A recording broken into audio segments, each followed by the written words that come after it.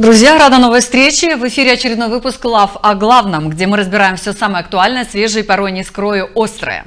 И коротко о приятном. Теперь мы звучим шире. Портал LoveMD запустил совместный проект с «Просто радио». Значит, наши новости можно не только читать и смотреть, но и слушать в прямом эфире. Так что оставайтесь с нами на всех платформах, подписывайтесь, делитесь мнением. А теперь к сути. Этот выпуск посвящен основным событиям минувшей недели. И начну, пожалуй, с одного из самых резонансных дел, которое до сих пор будоражит многих жителей Молдовы. Дело о Кульке. Оно давно перестало быть просто уголовным процессом. Это уже политический сериал с элементами немого кино. Главный фигурант Владимир Плохотнюк молчит, а черный пакет по-прежнему остается самым говорящим персонажем молдавской политики. В минувшую неделю бывший лидер Демократической партии Владимир Плохотнюк был принудительно доставлен в Высшую судебную палату по делу Кулек, в котором фигурирует экс-президент Республики Молдова Игорь Дадон. Несмотря на демонстративное молчание ключевого свидетеля, для процесса это не стало стоп-сигналом. В юридической логике отсутствие слов не равно отсутствию содержания. Проще говоря, дело не ушло в архив ожиданий. По пути в зал заседаний Плохотнюк проигнорировал прессу, ни комментариев, ни жестов, ни намеков. И после заседания он был отправлен обратно в камеру тюрьмы номер 13. Маршрут короткий, но с богатым политическим прошлым. Уже после ухода Плохотнюка в суд прибыл Игорь Дадон. На вопрос журналистов, намеренно ли он опоздал, Дадон ответил: наоборот, спешил, хотел лично присутствовать на заседании с участием своего давнего политического визави. Почти как на встречу выпускников, только без объятий и фото на память. В своем интервью журналистам Игорь Дадон сообщил, что не скучал по Плохотнюку. Я не видел господина Плохотнюка 7 июня 2019 года, с той встречи, когда он меня снимал, а затем опубликовал запись с целью шантажа. После 7 июня он покинул страну вместе с Шором. Все помнят, мы тогда создали коалицию с Майей Санду. Больше я его не видел. Сказать, что я сильно скучаю, не скучаю. Прокурор Петр Ермолюк подчеркивает, отказ ключевого свидетеля говорить не рушит обвинение. Он отметил, что доказательств против Дадона достаточно, несмотря на отказ Плохотнюка. А если перевести с юридического языка на человеческий, молчание тоже форма доказательства. Прокуратура заявляет, дело было направлено в суд уже с достаточной доказательной базой, а вызов Плохотнюка в инстанцию был необходим для соблюдения всех процессуальных процедур. Прокурор сообщил, что доказательства указывают, вымогал и принял деньги именно Игорь Дадон. По версии обвинения, речь идет о сумме от 600 тысяч до 1 миллиона долларов, которые якобы предназначались для финансирования ПСРМ, включая выплату зарплат отдельным членам партии. Игорь Дадон вину не признает и настаивает. Дело сфабриковано и имеет политическую подоплеку. Но возникает логический вопрос. Почему Плохотнюка не спрашивали о черном пакете еще в 2019 году? Прокурор поясняет. На тот момент следствие не располагало видеозаписью. Она появилась только в 2020-м.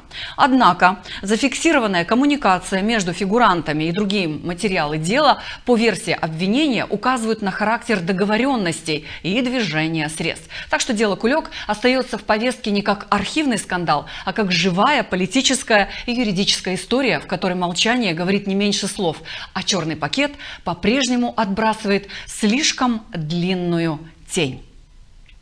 И судебный процесс по делу Кулек разыгрывается почти как сериал с элементами триллера. Плохотнюк молчит, доказательства тихо, но уверенно выстраиваются в линию обвинения. Казалось бы, простое молчание, а как звон колокола в пустой церкви слышно каждому. Но чтобы понять, что на самом деле прячется в этом черном пакете, мой коллега Петр Гарчу побеседовал с одним из тех, кто читает между строк и видит структуру игры без пафоса, с политическим аналитиком Виктором Чабану. В нашей студии он объясняет, почему молчание свидетеля звучит громче любых слов. Поскольку все видели это кино, которое демонстрировалось неоднократно, и оттуда с совершенной очевидностью следует, что в Кульке были деньги, контекст как раз это подтверждает. Дадон открытым текстом говорит: передайте это Корнелу, который в понедельник будет раздавать зарплату. То есть здесь не надо обладать особым аналитическим умом, чтобы сделать вывод, что именно было в этом Кульке. Теперь к вашему вопросу, почему Плохотнюк не дал показаний. Ну, на мой взгляд, это тоже достаточно очевидно, что он не выступил в роли свидетеля, поскольку у него такая, в общем-то, двойная ипостась в этом деле. С одной стороны, он свидетель, который должен подтвердить, что в кульке были деньги, которые он передал Дадону. Как только это он произнесет вслух, он тут же превращается в обвиняемого в активной коррупции, который является стороной в этой коррупционной сделке, которую мы все наблюдали. Поэтому свидетельствовать против себя он имеет право не давать таких показаний. Собственно, этим правом он и воспользовался. Поэтому тут, на мой взгляд, понятно, почему он отказался давать показания. В социальных сетях появилось видеообращение бывшего спикера Народного собрания Дмитрия Константинова, в котором он попытался оправдаться и свести обвинение к политической мотивации. Выглядит уже не как защита, а как признак того, что бегство стало для него единственным выходом. Я не скрываю, в тюрьму идти я не хочу по несправедливому решению. И учитывая состояние моего здоровья, я должен находиться в контакте со своим лечащим врачом. Но сегодня речь не только обо мне. Если внимательно читать документы, становится понятно, что это дело не о хищении бюджета. 46 миллионов леев, которые якобы были похищены мною, любой специалист по финансам подтвердит, что данная сумма выдумана и не имеет никакого отношения к хищению, что можно проверить документально, на чем я настаивал и настаиваю сегодня. Это хозяйственный спор между частными субъектами, который уже был рассмотрен гражданским судом, и Высшая судебная палата в 2023 году приняла решение в мою пользу. В приговоре же сегодня 23 раза говорится о доведении до неплатежеспособности, то есть банкротства мною предприятия. Но осуждение было вынесено в статье о хищении. Почему-то за несколько дней до завершения процесса обвинение было переквалифицировано на более тяжкую часть статьи. Хочу напомнить еще, в августе прошлого года, 2025 года, реальный срок получила и Башкан Гагаузии Евгения Гуцул 7 лет. Она же избранный Башкан Гагаузии, многодетная мать, но суду это было все равно. Теперь же 12 лет для бывшего председателя Народного собрания Гагаузии. Как мы видим с вами, 2 жестких приговора. 2 ключевые фигуры в Гагаузии потерпели крах. Я не прошу к себе политической поддержки. Я прошу независимой всего лишь оценки. И я готов представить документы, экспертизы и материалы дела международным юристам и журналистам. Мы наблюдаем падение ближайших соратников Илона Шора, Евгения Гуцула и Дмитрия Константинова. И обоих когда-то влиятельных политиков сегодня постигли кардинальные разные судьбы. Первый за решеткой, второй в бегах. Итог для обоих оказался одинаковым. Они стали жертвами чужой игры. Как показывает практика, иллюзии покровительства опасные и хрупкие. Теперь немного истории. 5 августа 2025 года суд Кишинева признал Евгению Гуцул виновной в соучастии и в незаконном финансировании партии ШОР, объявленной в стране неконституционной. Суд приговорил ее к 7 годам тюрьмы полузакрытого типа. Кроме того, она обязана вернуть государству 40 миллионов леев. Эти деньги, по версии следствия, использовали для незаконного финансирования партии. Осужденная вину не признала. Гуцул и ее сторонники называют обвинения политически мотивированными. Дмитрия Константинова осудили на 12 лет тюрьмы. Судья Игорь Батизату назвал Константинова виновным по статьям Уголовного кодекса 191 «Присвоение чужого имущества» и 335 «Злоупотребление служебным положением». На имущество Дмитрия Константинова наложен арест. Помимо этого, он должен будет покрыть ущерб в 46 миллионов леев. Спикер Народного собрания Гагаузии объявлен в розыск. О том, почему обвинительный приговор Дмитрию Константинову вызвал облегченный выдох прямо и без словесных реверансов, говорит человек, который слышит голос автономии не по отчетам и справкам, а напрямую, в живых разговорах, без фильтров и иллюзий. В программе «Фокус» с моим коллегой Виталием Гайдаржи своим мнением поделился председатель общественной организации «Народный контроль Гагаузии» Иван Терзи. Я вам скажу, я вот хожу и разговариваю с людьми по Гагаузии. Вы знаете, сколько радостных людей о том, что вынесли обвинительный приговор в отношении Константинова? Очень много. Подавляющее большинство людей рады тому, что Константинову вынесли обвинительный приговор, потому что пока он был в руководстве Гагаузии, а что он сделал для того, чтобы наши судебные инстанции выносили неправосудные решения? Что он сделал для того, чтобы органы полиции и прокуратуры действовали только по закону, а не действовали исходя из собственных шкурных интересов? Ничего. Поэтому, чем больше таких, как Константинов, будут сажать в тюрьму, тем лучше будут идти дела во всей стране. И тем легче будет. Когда человек годами находится у власти, имеет деньги, связи и опыт аппаратной выживаемости, вопрос не стоит, убежит ли, а когда и при чьем молчаливом согласии. О том, почему правоохранительные органы обязаны были просчитать возможный сценарий бегства бывшего председателя Народного собрания Гагаузии, говорит Иван Терзи. В то же время господин Константинов – это личность, все-таки, которую знали практически все на этой территории и за пределами многие. И то обстоятельство, что он все-таки был одним из людей, который находился в руководстве Гагаузии, раз. Плюс ко всему это состоятельный человек с деньгами, а значит он мог коррумпировать некоторых лиц, от которых зависело то, что будет он сидеть или не будет. Знаете, Дмитрий Константинов кто угодно, только не дурак. Поэтому он прекрасно знал о том, что ему светит срок. Он прекрасно знал, какой будет приговор. И я думаю, что он смог договориться о том, чтобы перед тем, как огласят приговор, чтобы ему не изменяли меру пресечения. Органы полиции и прокуратуры знали, что он сбежит. Да я более чем уверен, потому что в прокуратуре и в полиции дураков нет. Они прекрасно умеют анализировать ситуацию и, как говорят, строить прогнозы и предпринимать действия, которые направлены для того, чтобы эти негативные ситуации не возникли. История Евгения Гуцула и Дмитрия Константинова – это урок не о политических ошибках, а о том, как работают реальные механизмы власти и влияния. В чужой игре нет союзников, есть только фигуры на доске. И когда твоя полезность заканчивается, система оставит тебя один на один с правосудием. Видеообращение Дмитрия Константинова в соцсетях – это не попытка оправдаться. Это последний монолог фигуры, которая уже вышла из игры. На наших глазах рушится триада ближайших соратников Илона Шора. И, как утверждает глава территориального бюро Государственной канцелярии Гагаузии Сергей Чернев, сам Шор хоть и за пределами досягаемости, но все еще внутри сценария. Илон Шор давно не политик, он режиссер. А Гагаузия в этой постановке была не субъектом, а декорацией. Я не раз говорил, что вот эта партия их держится на деньгах. И она, как говорю, как только закончится финансирование, она рухнет как карточный домик. То, что и случилось у нас сейчас.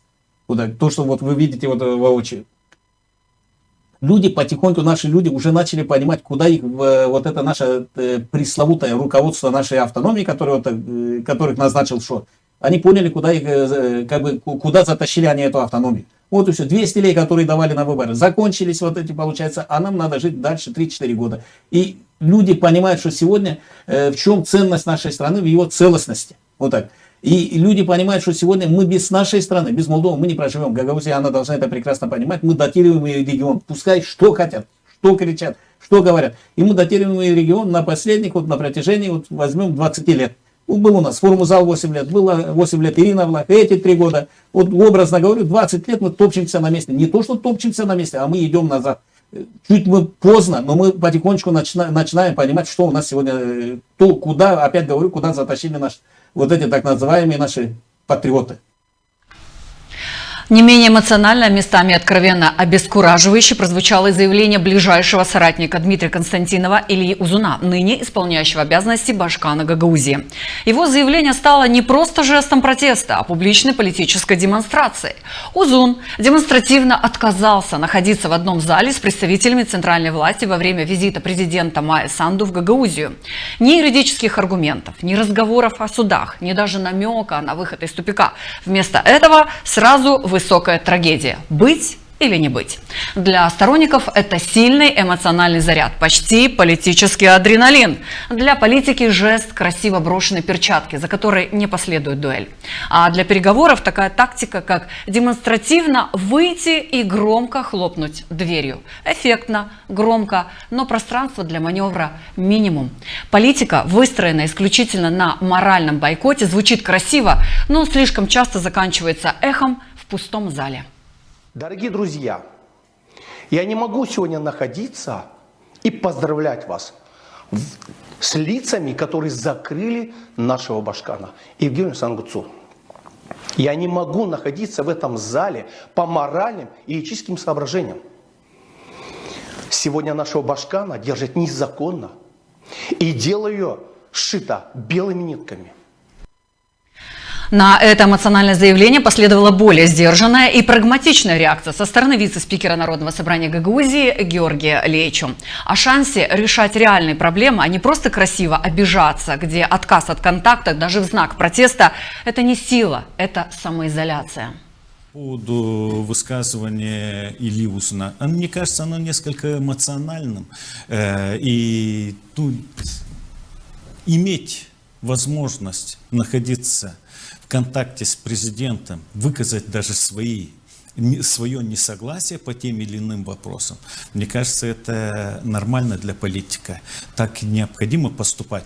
А так мне не нравится, потому, ну тогда у нас не будет никаких контактов, никаких возможностей решать те проблемы, которые у нас возникли. Если каждый будет находиться в своей скорлупе, при том, что учитывая, что скорлупа, за которой находится президент, она гораздо крепче и гораздо более мобильнее, чем та скорлупа, в которой находимся мы.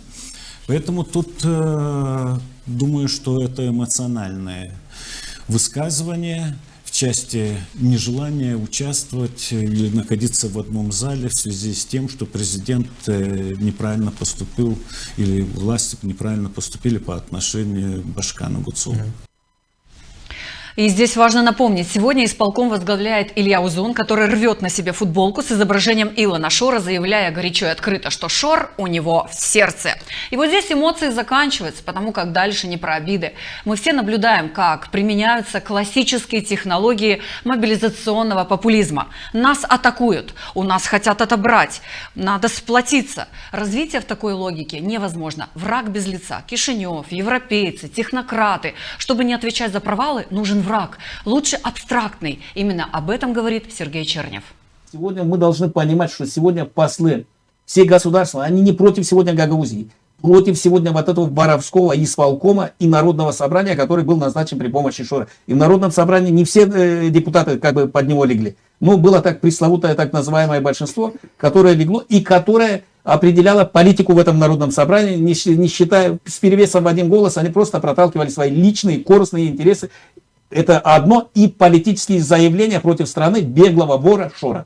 Давайте вот начнем с исполкома. Они готовы сегодня убежать оттуда. Вот так вот. Почему? Потому что нет вот этой поддержки от Народного собрания. А если вы имеете в виду руководство Народного собрания, я считаю, что там тоже возможны перестановки. Я объясню почему. Потому что вся вот это держалась на Константинове, который платил вот этим всем депутатам, которым так называемому большинству, которые стояли на зарплату не только здесь в Народном собрании, но и стояли еще на зарплате извне. Эта партия, там не было идей. Вот я и раньше, если помните, и полгода, и год назад говорил, что эта партия держится только на идее, и на деньгах. Нету там идеи, нету там ничего. Вот так вот. И как только закончится финансирование, закончится и митинги, закончится и патриотизм. Друзья, в продолжение нашего выпуска о том, что заставляет биться сердца жителей Камрата чуть чаще. На воду и канализацию уже официально подняли тарифы.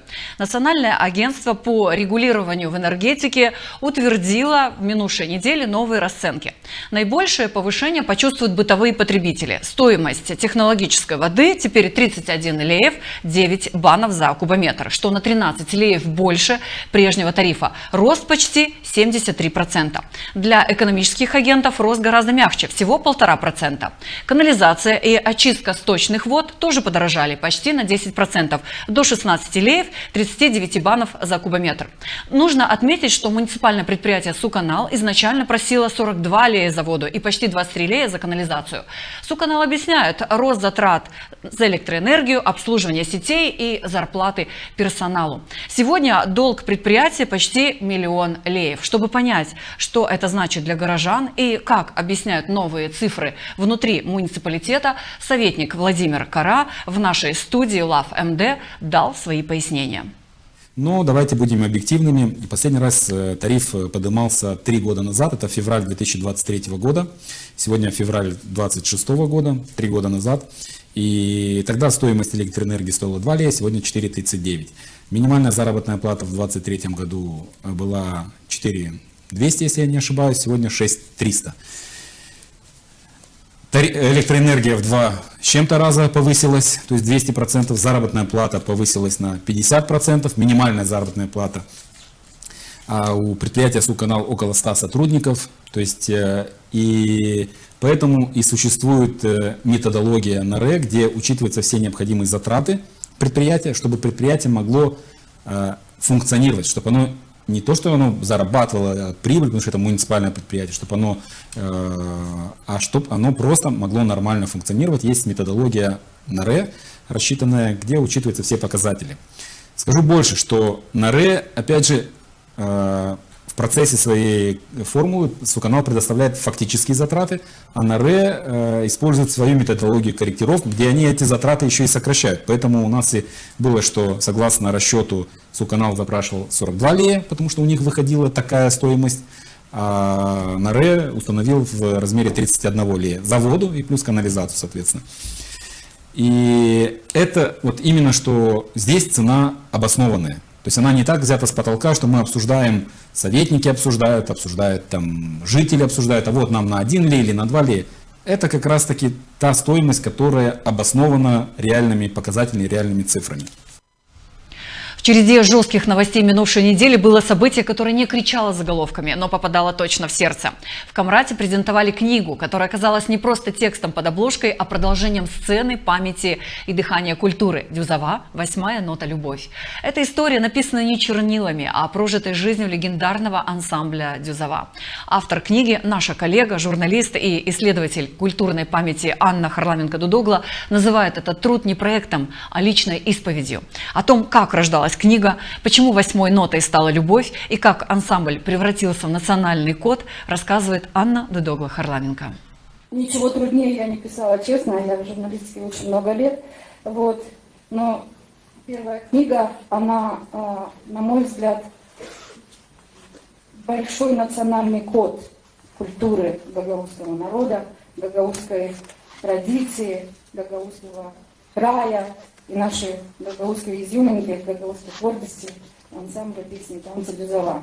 Я этот коллектив знаю очень давно. Когда в 80-е годы я вернулась из Института искусств Камрат, первый, с кем я познакомилась, это был Семен Пометко, Илья Филев, Дмитрий Пеев, Гриша Мораль, с Шурой Павленко-Розенкранцем тогда познакомилась. В общем, это были имена, которые меня вдохновляли тогда на вот эти мои какие-то литературные открытия. Но я тогда не подозревала, что все это вот выльется в такой большой все-таки исторический манускрипт, такой памятник, которым является наша Дюзова. Друзья, и вот мы подходим к финальной точке нашего выпуска «Лав о главном». Минувшая неделя снова показала, политика умеет быть громкой, как салют, а культура тихой, попадает в сердце и не отпускает. С настоящей магией памяти, души и преемственности. Мы видели, как за шумом, скандалами и судебными баталиями прячется настоящая жизнь. Решения, последствия, истории людей, которые делают наш регион и нашу страну в целом живыми. Так и драматургия политических игр, и трагикомедия, бюрократия. Одновременно тихий подвиг преданности культуре. Кто-то машет кулаком, а кто-то держит в руках ноту и превращает ее в национальный код. А я спешу напомнить вам, что данный выпуск «Лав о главном» – это совместный проект проект информационного портала LoveMD и просто радио. Поэтому аналитика теперь доступна не только в видеоформате, но и в эфире радио. О самых актуальных и важных событиях. Слушайте мнение экспертов, оценивайте детали, делайте свои выводы без фильтров и пафосного блеска.